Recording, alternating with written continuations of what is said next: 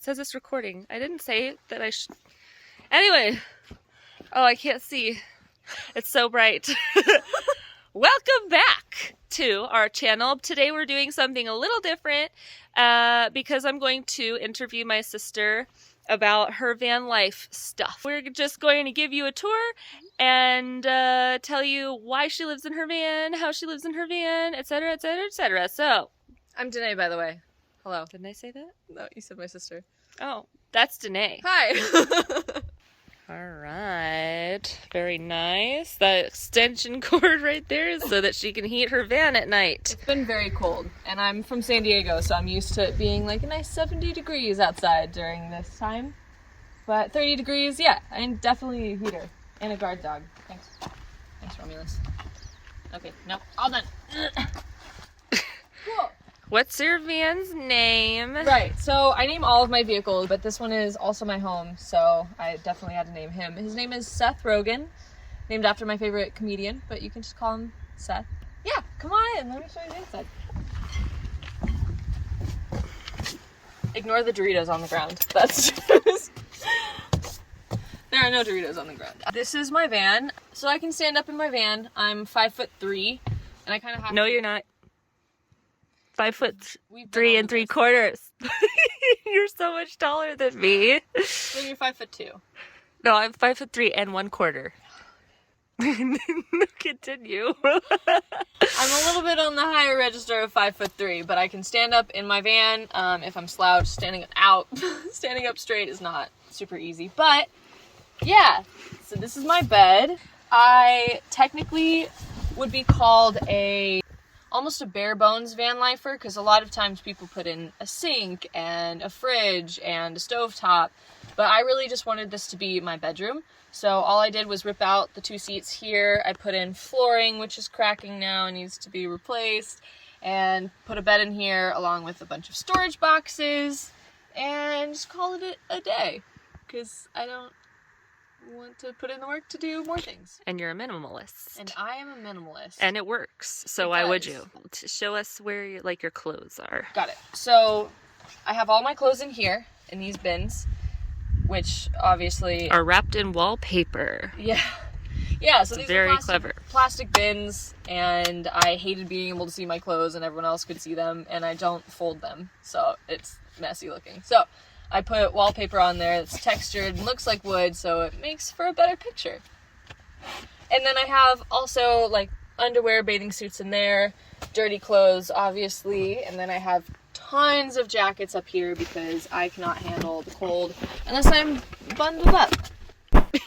You're stuck on my... Your ukulele grabbed my butt. Yeah, and what's so... that thingy? That thingy. Right. What is that? So all my clothes up here, then I have accessories in this little bin, got scarves and hats. And then what about that bin? Extra blankets back here. I've got my mirror tucked back here that I do. Oh, do you want to look at yourself? No. Hey. And I've got a lot of skincare products hidden under there. This is actually a twin size bed, even though it looks a lot larger, because I also have hidden all your care makeup, products. Yeah, more skincare, lots of electronics, my battery that when my van is not moving, I can still charge my phone, and anything else that I need. How much was that and where did you get it? Oh gosh, it was pretty expensive, and it doesn't hold as much as other batteries might, but I think it was like $150, and I got it on Amazon. But there's a lot of cool batteries and stuff on Amazon depending on what you need. I don't have a laptop that I use, so I don't need a lot of battery power. We'll put a link in the description for the battery that I got, just in case you wanted to check it out. So up here, I have my longboard, and then opposite, of course, I have my skateboard, depending on what kind of terrain I want to go down. And I have my tripod for my camera. I do a lot of my own photography, whether it's for fun, freelance, or all of the pictures on my Instagram are taken by me. So this is a Canon T1i, so it's one of the first Rebels ever made. And I use a 50mm because I can't afford anything more than a nifty 50. So, got that. A whatty? It's called a nifty 50. Photographers, that's... Sounds dirty. A dirty 30. Got another... Wait, what's a dirty 30? Is that a thing? Yeah, it's like when you celebrate your 30th birthday, they call it your dirty 30, because you try to make it like...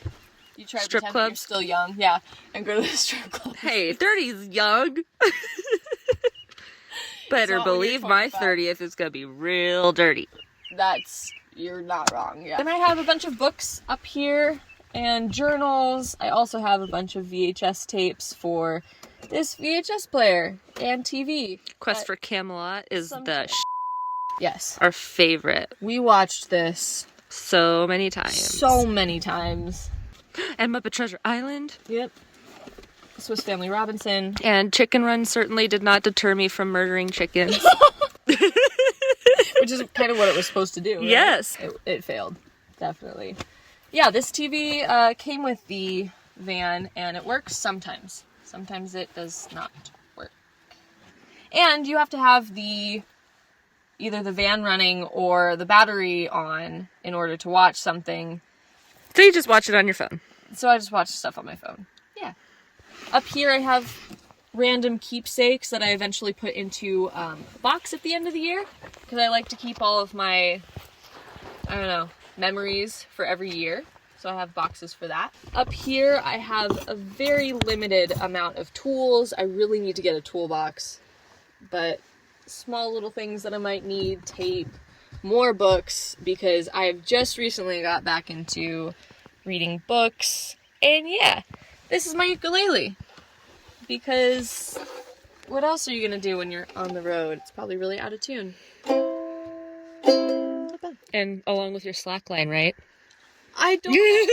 Yeah, dude, that's what I need. Ukuleles and slacklines go together, girl. Yes, and basketball. Those are all of the things you need to be a vanlifer, honestly. And munchies. Yeah. Lots of snacks, seriously. This is the front of my van. This is where I spend most of my time, honestly. But I keep all of my masks and stuff down here. I think this is cool because this is kind of memorabilia from when the coronavirus hit. And this little guy, I believe I got the actual necklace at Target, which came with this stone. But then at a rest stop, there was this girl who collects and searches for arrowheads and wraps them herself. So I bought this from her. It's kind of my good luck charm. Or maybe she just carved it herself and said it was a real arrowhead. It's very, very possible, but she has purple hair, so I trust her with my life. So, do tell me, when did you first start vanlifing? End of July, 2019. Beginning of August 2019 was when I first got the van. Yeah, so we're coming up on 2 years of van life. So it's been like a year and a half. Oh my gosh, no, it's more than a year and a half. Mm-hmm. Dang. Yeah. And why did you start vanlifing?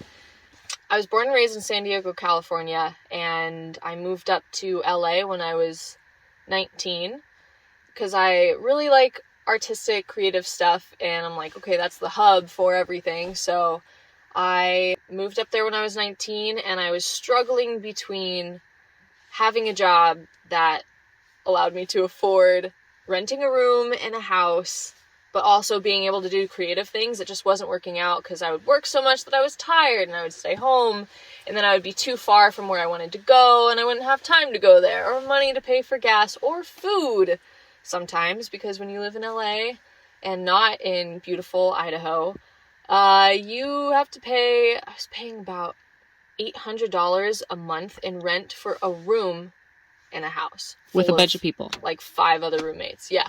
So it was really depressing, honestly, trying to figure out how to live the life I wanted to live. And it got pretty bad because I was tired of borrowing money from my parents. And so I made the decision to move out and into my car at the time, which was a 2007 Subaru Forester. So it was a hatchback. Because I'm really passionate, and I would have rather moved into my car and lived in it while also doing the things that I love instead of moving back home because I couldn't afford to do it. So, yeah, I was living in my car for a little bit, and my parents knew about it, and my mom was like, why don't you just upgrade to a van? After she realized that I was not going to be moving back with her, even though she offered. And I was like, oh, I've never really, like, thought about it. I've seen van life stuff on the internet, but I didn't really, like, dive into it. It didn't spark interest or anything. But after I learned how to live in a small car, I was like, yeah, that would be smart to, like, invest in a bigger vehicle. So my mom actually was the one to find Seth on Craigslist, and we went out for a test drive, and I was like, this is it. Like, I can see myself building this out and living in it and being happy, because I realized that I loved being so mobile. When I lived in my Subaru, I had everything that I needed, and so I could just go visit my friend in LA because I had time to, because I could just park and sleep if I was in LA, or go to Orange County, and I just was moving around, and it was really nice. So this is definitely an upgrade, and it's like a little house on wheels. How much did Seth cost? We talked the guy down. I think he was asking $4,200, but it had an oil leak. So we were like, we could do $3,800. And he was like, all right, sick, take it. So $3,800, which is very cheap for what I got. So, and then I put about $600 into repairs. So I got the oil leak fixed, kind of. And then I put in this floor, which cost about $400, I think. How do you shower? Okay, in answering these questions, because I get these a lot on my Instagram, I have to do a pre-COVID and a post-COVID answer, because before COVID happened, I had a gym membership to 24-hour fitness, so I had access to a gym and a shower and bathrooms, and 24-hour fitnesses are everywhere too, so I was doing that. And then after COVID happened, I lost all 3 of my jobs, and I didn't have access to gyms, or one of my jobs had a locker room with showers, which I was using also. Which job? Disneyland. Mm-hmm. So Disneyland had locker rooms and showers available for us to use at any time. So yeah, I could have, because I have great friends and they were willing to let me use their showers and everything, but I figured it would just be easier if I moved back home and stayed in San Diego, because I would be close to my parents if they needed anything, and I also could use their kitchen and their shower and just all of the above. So before COVID, you used gym bathrooms for hygiene, and then after you used mom and dad's, and then what do you do when you're on the road visiting people like me for showers? While I'm on the road during COVID, it's kind of... we use baby wipes for skin showering, and then a lot of times I'm out in nature, or I could find a spot close by that I just kind of get in a bathing suit and I can wash my hair. I use biodegradable soaps, so they're safe for the environment, and just wash your hair with... Where do you get the water? I buy it from a gas station. So I get like a huge gallon jug, and yeah, I just stand in between my doors that kind of give you a little bit of privacy, and just wash my hair. What did you do for money before COVID, and what do you do for money now when you were living in your van? Yeah. Whilst living in the van. Yeah, so before COVID, I had 3 jobs, but I didn't have to work them all the time, and they were kind of just fun jobs. I had one, I worked at Disneyland as a couple different things in entertainment, and I did that about 4 days a week, and then I had another job at a bar restaurant being a food runner, and I also worked with a special event company, so that was also kind of sporadic with the dates. So I didn't have to work a lot because I didn't have to pay rent. So I was comfortably living on about $500 a week. And that was amazing because I had a lot more time to do other things that I wanted to do instead of just a job. And then after the coronavirus, I qualified for unemployment since I've been unemployed from 3 jobs. So they are paying me right now. So I'm still living comfortably, and I'm hoping to pursue a career in truck driving right after this visit. So that will be hopefully my source of income after this. What do you do if you have to pee in the middle of the night?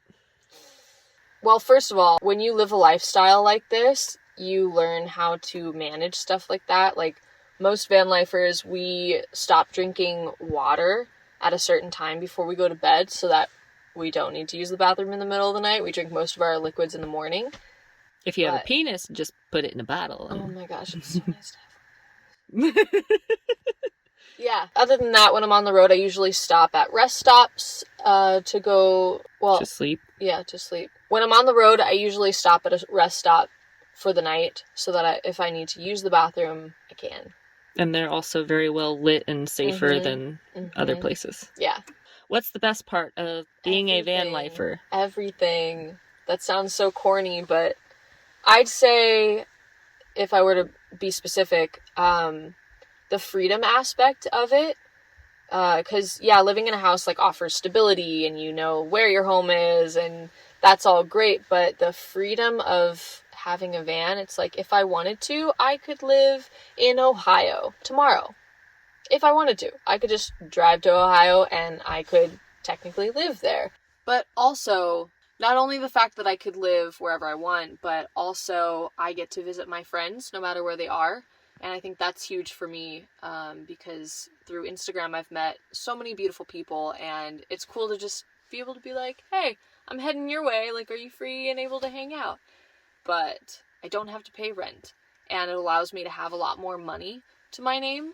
Yeah, the money I don't spend on rent, I can spend on eating healthy, or helping my friends out, buying people gifts. When you live in a small space, you are kind of forced to venture outside. So it's actually, you have those days where you don't want to leave the house. For me, this is my house. So it's like, if I don't want to leave the house, I'm going to be cramped in here all day. It forces me to find beautiful places outdoors and be out a lot more and experience a lot more new things. It definitely helps your mental health, because I've gone through a couple of periods where I don't feel like getting out of my bed. And even if I don't feel like getting out of bed, I just open my window and I have this beautiful view of trees and everything, and it just makes me want to get out. So, that's a cool part too. What's the worst part? Ha! Peeing in a bottle. When you have got out with your friends and maybe had a few beers. And when you have a few beers, you need to pee like heck. But usually when you're drinking beers, it's like 2 o'clock in the morning and no bathrooms are open. So that's when you get the emergency pee bottle jug. And it makes me feel so nasty. But that's just me. The cops. Yeah, that too. I feel like when you first start out with van life, you have to learn where you can park and where you can't park. A lot of my friends lived in nicer neighborhoods in LA, and when you live in a nice neighborhood and a cute van, but a creepy maybe van parks in your neighborhood, you're like, oh shoot, someone's doing drugs, or someone's scoping out my house in order to rob it, and they call the police. I've definitely been woken up by someone knocking on my door, which is the same feeling that a fish feels when you knock on their tank. It's so loud in here, and it's scary. Yeah, they wake you up at like 4 o'clock in the morning and tell you to move somewhere, and you're like half asleep trying to drive. Not safe. And not fun either, because, yeah, if you're like me, you do not like getting woken up. You're not a nice person. How many times have you been disturbed by the police? I think like 4 or 5 times by police, and then once or twice by just a security guard parking lot. Because I quickly learned different spots that I couldn't park and good spots that I could park. And so it became a lot more easy for me. So, Where are the places that you can park or can't park? ooh, good question. My favorite places in LA were the beach, because beach parking is usually open, and that's usually really safe, and you get to wake up to the sound of the waves and fall asleep to the sound of the waves. So yeah, beaches are usually your best bet. Also rest stops when you can find one. Truck stops also are really good, but yeah, not nice neighborhoods. Not bad neighborhoods either, because that's sketchy. Middle class neighborhood. Yeah, that's honestly, like, yeah, that's your best bet. I've never had a problem parking in my parents' neighborhood in San Diego. My last question is, are you single? Oh my God. Yes, I'm very single and kind of ready to mingle. I'm very selective in who I spend my time with, and I don't casually date anymore. You have to really show me that it's worth it to pursue a relationship with you, and then be cute. You have to be cute. I could totally delete this. If you want me to. It's kind of a sexist question. Yeah. How do you fit in that bodysuit? Do you wear underwear? My gosh. What's your makeup routine? There's a lot of vanlifers you see. Hey Romulus, you want to be my vanlife dog? Can you imagine fitting him in here and traveling around with like him? 2 people in your van. He's like, can I eat the shoes? I just want to take them to my special place. Yeah. I caught him. He was taking my sandal down from the... Oh. Yeah. But he does it so softly. He's like... He grabs it. And he starts walking. He saw me and he like stopped. I was like, Rob is bad dog. He's like, oh, I'm sorry. See? Oh, sorry. I'm not a bad dog. I'm a good dog. A lot of people, when they get into van life, they do it with their significant other, and just because it's easier, one person can sleep while the other person drives, and it's, I don't know, more safe, I guess, as 2 people. And have you had any creepers come up to your van and some meth heads, people on crack. Meth and crack. Got it. Yeah. Depending on the day and where I am, because usually I like to park at Huntington Beach, and there's a lot of drugs in that beach, but you'll just be sleeping and someone will come by and like bang on your window and keep walking. It's like, okay. I also have somebody keyed my door a couple of times. And then I made a bumper magnet with my Instagram handle, and I put it on the back of my van, and I usually take it off while I'm sleeping because I don't want anyone to walk by and look me up. It's just weird.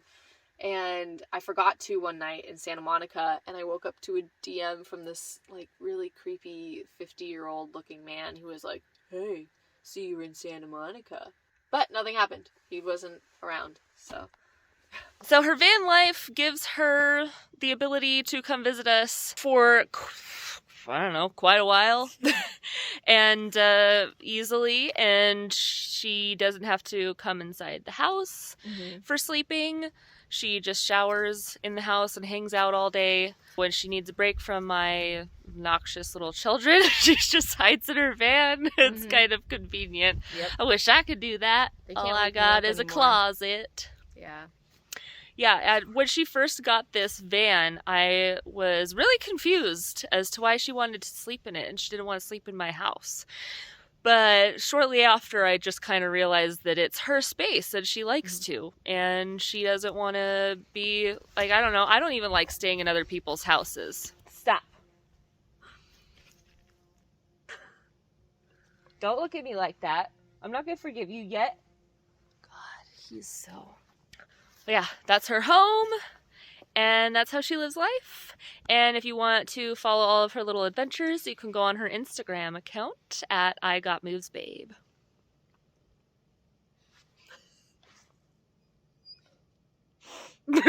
Alrighty then, I think that's all we have for you today.